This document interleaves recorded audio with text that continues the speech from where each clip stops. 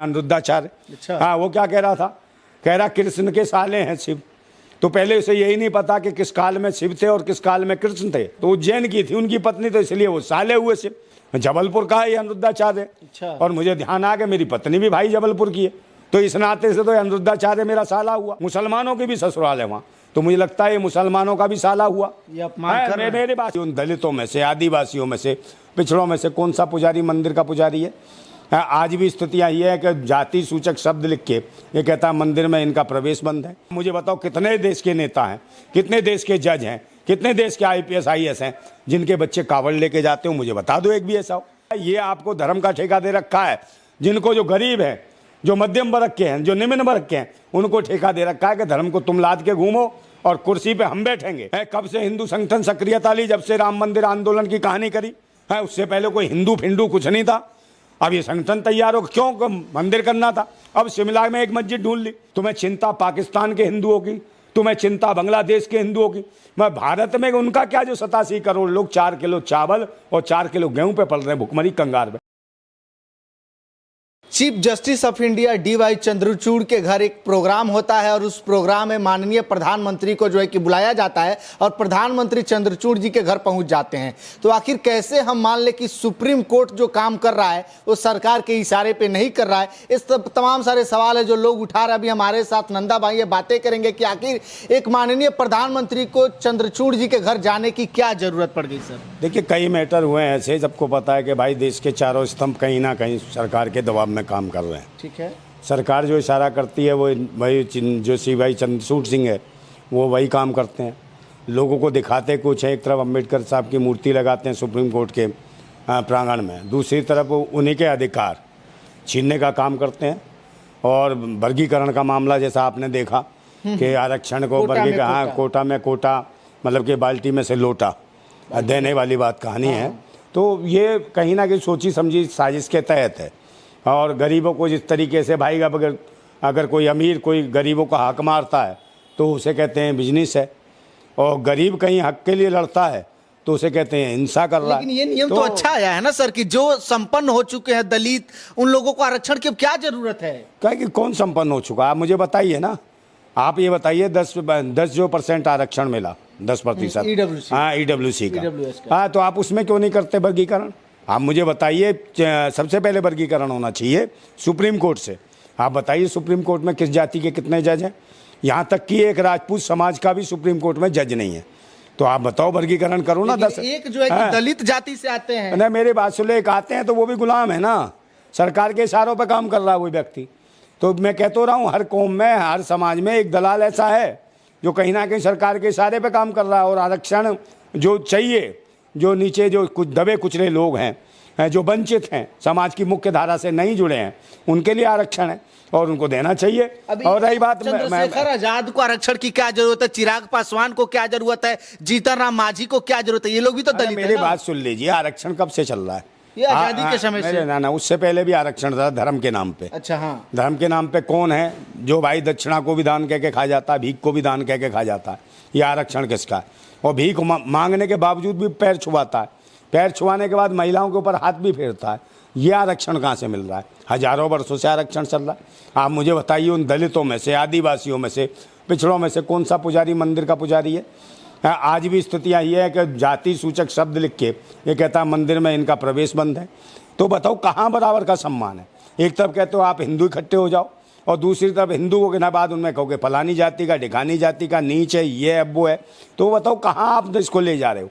दूसरी तरफ वर्गीकरण का जो आरक्षण है, आप वर्गीकरण लगता है जिन जातियों को नहीं मिला है या वो वंचित रह गए, तो आप उनसे EWS का एक और बनाओ, 10% उन्हें आरक्षण दे दो, बाकी भला करना चाहते हो जातियों का। तो मगर आप तो बंदर बांट है।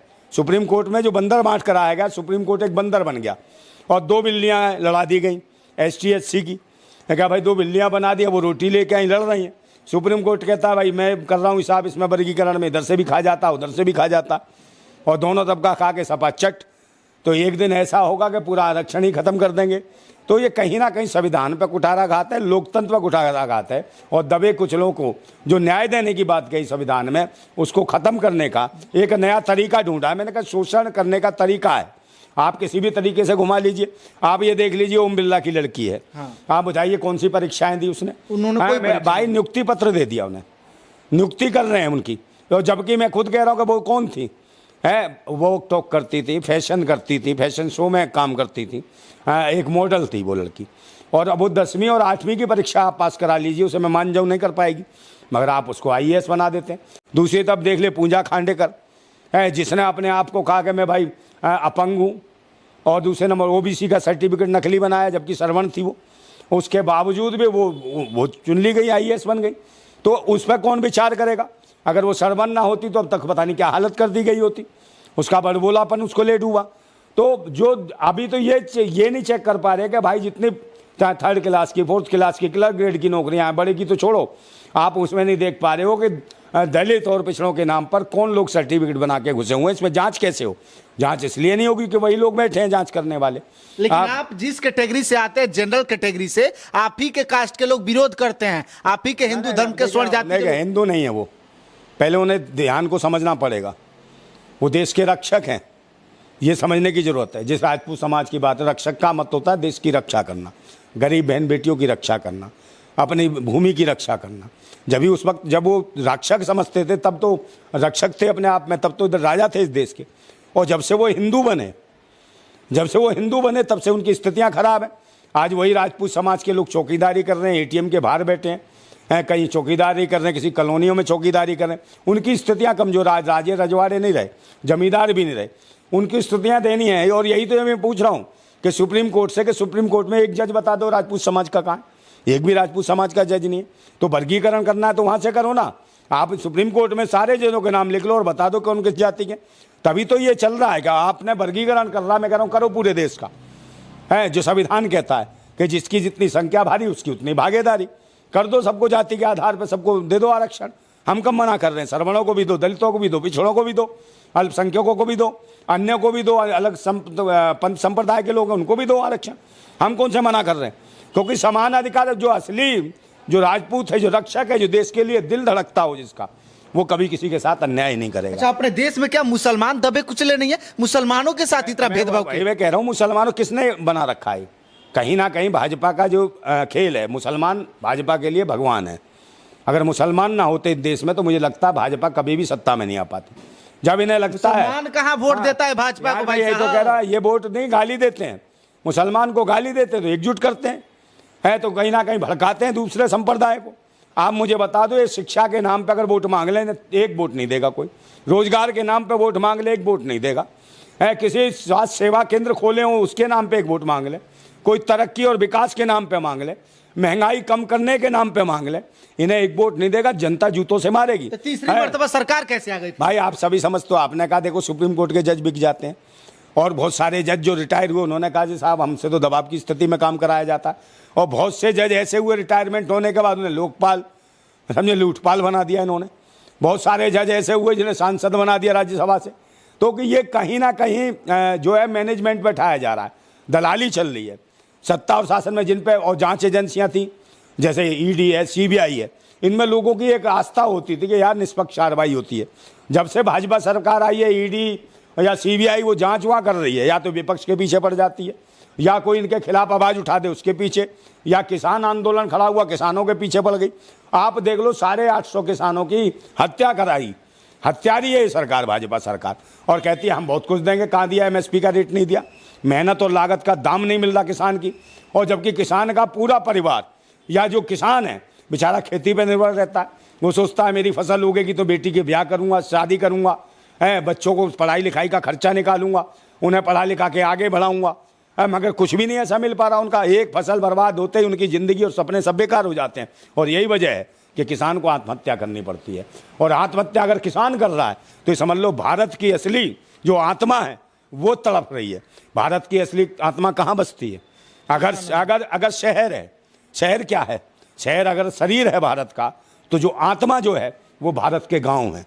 और गांव में कौन रहते हैं? किसान है, मेहनत कश लोग, जो कृषि, जो अनाज पैदा करते हैं, अन्नदाता है।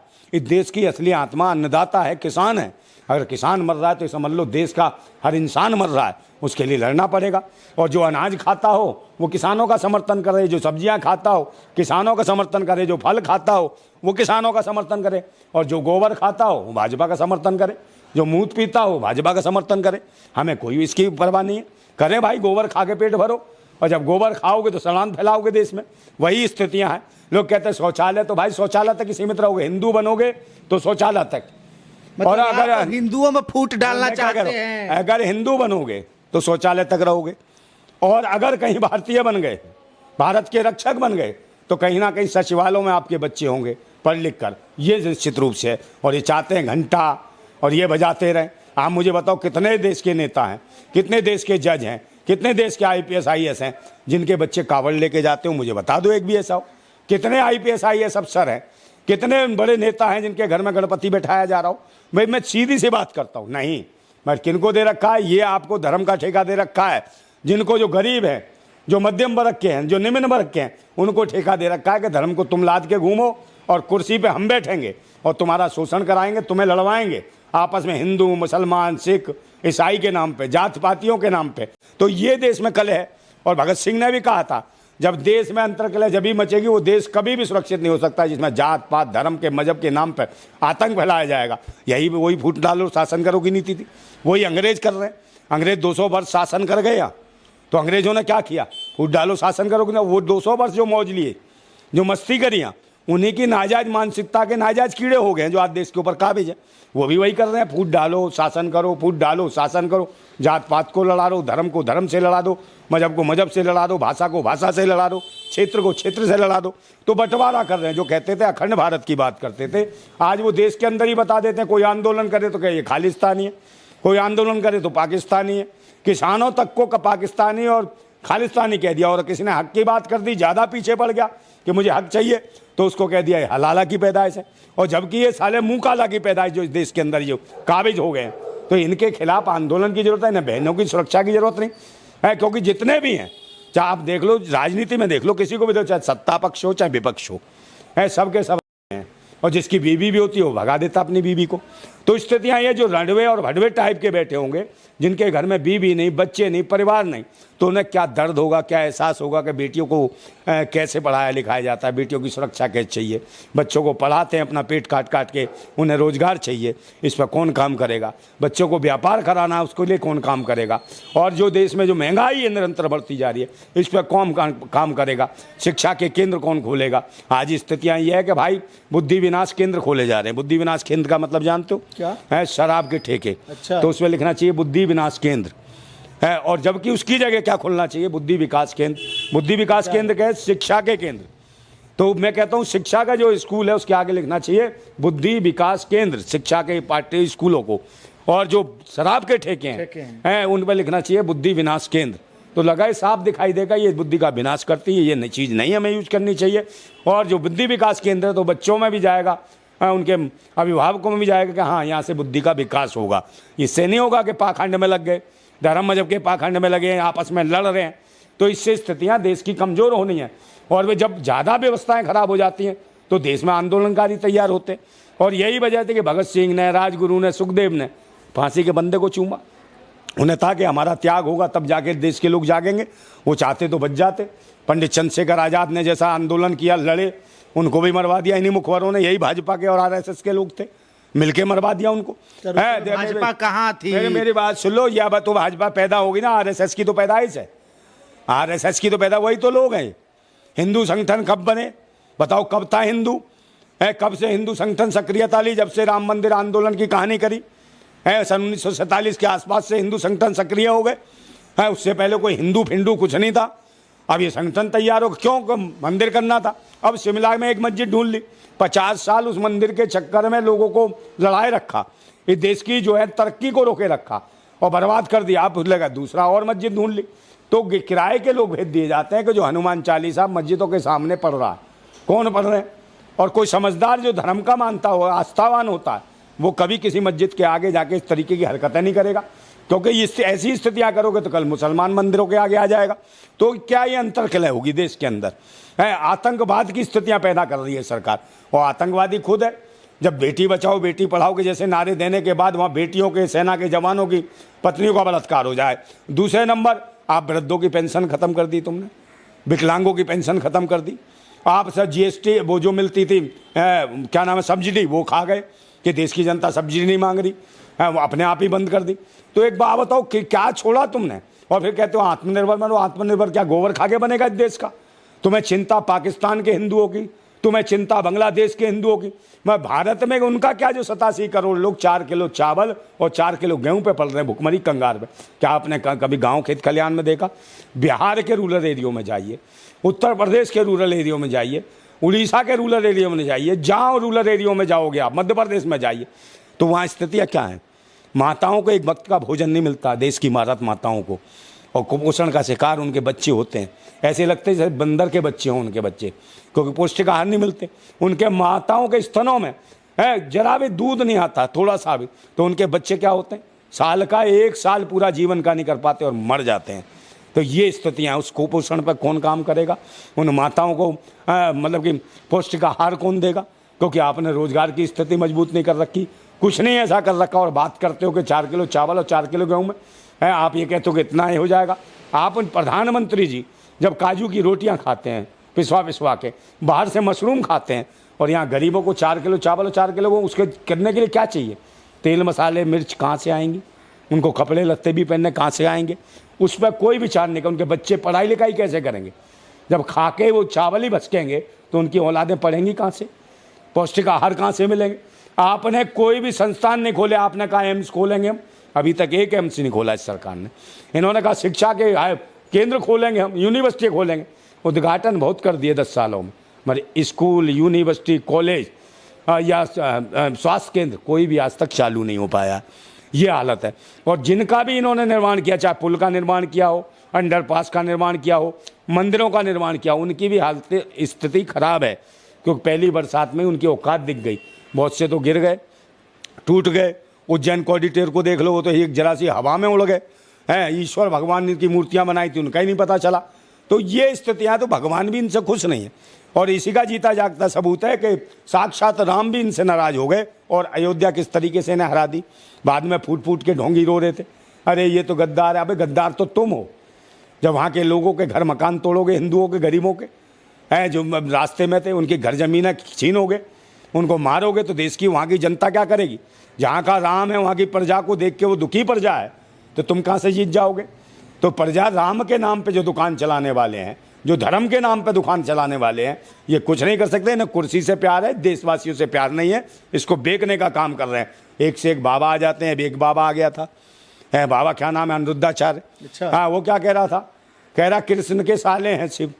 तो पहले उसे यही नहीं पता कि किस काल में शिव थे और किस काल में कृष्ण थे। जिस आदमी को, कथावाचक मूर्ख को ये नहीं पता कि साले बता रहा। अब उससे जब पूछा गया भाई साले किस नाते थे, तो कह लगे वो भाई उज्जैन के थे, हैं शिव जी, और उज्जैन में जैसे उनको लड़की भी आई थी कृष्ण को, तो उज्जैन की थी उनकी पत्नी, तो इसलिए वो साले हुए शिव। तो मुझे लगा, तो मुझे पता चला कि भाई ये तो जबलपुर का है ये अनिरुद्धाचार्य। अच्छा। और मुझे ध्यान आ गया मेरी पत्नी भी भाई जबलपुर की है, तो इस नाते से तो अनिरुद्धाचार्य मेरा साला हुआ। और बहुत सारे दलितों के जो ससुराल है वहाँ हैं, जाटवों की सरकार है, वो ससुराल है, मुसलमानों की भी ससुराल है वहाँ, तो मुझे लगता है ये मुसलमानों का भी साला हुआ, उन जाटवों का भी साला हुआ। ये अपमान कर रहे हैं। मेरे बात सुनो, जब वो कह रहा भाई वो वहाँ की थी उनकी पत्नी, तो उज्जैन वाले तो सब साले हो गए, तो फिर भाई वो तेरे जबलपुर के भी तो सब साले हो गए, तू भी साला हो गया। जिन जिनने लड़कियां ब्याह रखी उन सबका साला है तू। तो बेशर्म ऐसे लोग हैं जिन्हें कथा के नाम पे आतंक बचाते। कथा के नाम पे इसने एक से पूछा, एक महिला से, कि भाई तुम्हारा अकेले पति, कह रहा कितने पति हैं? महिलाओं से कह रहा कितने पति हैं तुम्हारे, एक महिला से। तो बताओ भूतनी का, इससे पूछो कि उससे पूछने से पहले, उस बहन से पूछने से पहले कि तेरे कितने पति हैं, तूने अपनी माँ से पूछा कि तेरे कितने बाप हैं? ये भी पूछने की जरूरत है कि तेरे कितने बाप है, और डीएनए चेक करा कि तू किस बाप की औलाद है, जो पाखंड फैला रहा है देश के अंदर, धर्म मजहब के नाम पर नौटंकी कर रहा। क्या दुकान चला रहे? ये कंगले थे, भीख मांग मांग के, कहानी किससे सुना के नौटंकी करके आज 500 करोड़ से ज़्यादा की संपत्ति है अनिरुद्धाचार्य की। और एक वो था बाबा बागेश्वर, वो क्या कहता था, जिस महिला के सर में सिंदूर है, मंगलसूत्र रजिस्ट्री वाला प्लॉट है, बताओ, माताओं को, बहनों को प्लॉट है। प्लॉट ही बताता ना उसको कहता था इसकी शादी नहीं हो, खाली प्लॉट। हाँ। और जिसके माथे पे सिंदूर है, गले में वो रजिस्ट्री वाला, तो बताओ ये भूतने का बहन बेटियों को प्लॉट बताता है। ये बताओ, प्लॉट का मतलब जानते हो आप? प्लॉट खरीदे जाते हैं, बेचे जाते हैं, खरीदे जाते हैं, बेचे जाते हैं। प्लॉट बिकते भी है, खरीदे भी जाते। तो मैं इससे पूछने जाता हूँ कि इसकी माँ, इसके घर में इसकी बहन बेटी कितनी प्लॉट बिके, कितनी बार अपनी माँ को बेचा, कितनी बार खरीदा है? कोई माताओं बहनों को प्लॉट कहता है? भूतनी के माताएं बहनें बेचने की चीज़ नहीं है। माताएं बहनें भारतवासियों का मान सम्मान, स्वाभिमान, इज्जत होती है, जिनके लिए हर भारतीय अपनी उनकी मान सम्मान इज्जत के लिए अपना सर काट भी सकता है और कटा भी सकता है, समझे, किसी का भी काट सकता है सर उस इज्जत और सम्मान के लिए। इसलिए कहता हूँ भाई, वो दलाल है, धर्म के नाम पर धंधा करने वाले, ढंग से बोला कर, नहीं तेरे प्रवचन पिछवाड़े में डाल देंगे। हम क्रांतिकारी हैं, हम लोग भगत सिंह को मानने वाले हैं, राजगुरु सुखदेव को, पंडित चंद्रशेखर आजाद, अशफाक उल्ला खान है, समझे, और नेताजी सुभाष चंद्र बोस को मानने वाले हम फौजी हैं। ऐसे नहीं है कि तुम्हारी तरह जो आया मुंह में बक दिया। राष्ट्र हमारा कहाँ जा रहा है? बेरोजगारी, गरीबी, भुखमरी, लाचारी, शोषण, बलात्कार, अत्याचार, ये हालतें। फिल्में बन रही हैं आजकल, हैं भूतकाल पे फिल्में, हैं भविष्य काल पे। वर्तमान में कौन बनाएगा फिल्म? वर्तमान में क्यों नहीं बनाती है? ये जो आई है टंगना उठावत, वर्तमान पे बनाना। इमरजेंसी दिखा रही, इमरजेंसी। इंदिरा गांधी कह रही है बेवकूफ़ है महिला। इंदिरा गांधी को कहा बेवकूफ़? ये टंगना उठावत ने। तो जब इसने बेवकूफ़ से कह दिया, एक बात बताओ, इंदिरा गांधी के बारे में जानती क्या है? इंदिरा गांधी के घर में तीन आदमी प्रधानमंत्री रहे। उनके पिता प्रधानमंत्री, उनका बेटा प्रधानमंत्री, स्वयं प्रधानमंत्री। और जबकि जो भाजपा के आका अटल बिहारी वाजपेयी थे, उन्होंने कहा ये इंदिरा साक्षात शक्ति है, और शक्ति है तो इसने ऐसा करके दिखा दिया, पाकिस्तान के 2 टुकड़े कर दिए। इसे आयरन लेडी कहा, और उसको ये बोल रही है कि बेवकूफ़ थी। तो ये बता, तू कहीं भटकती नहीं, तेरा माइंड डिस्टर्ब है।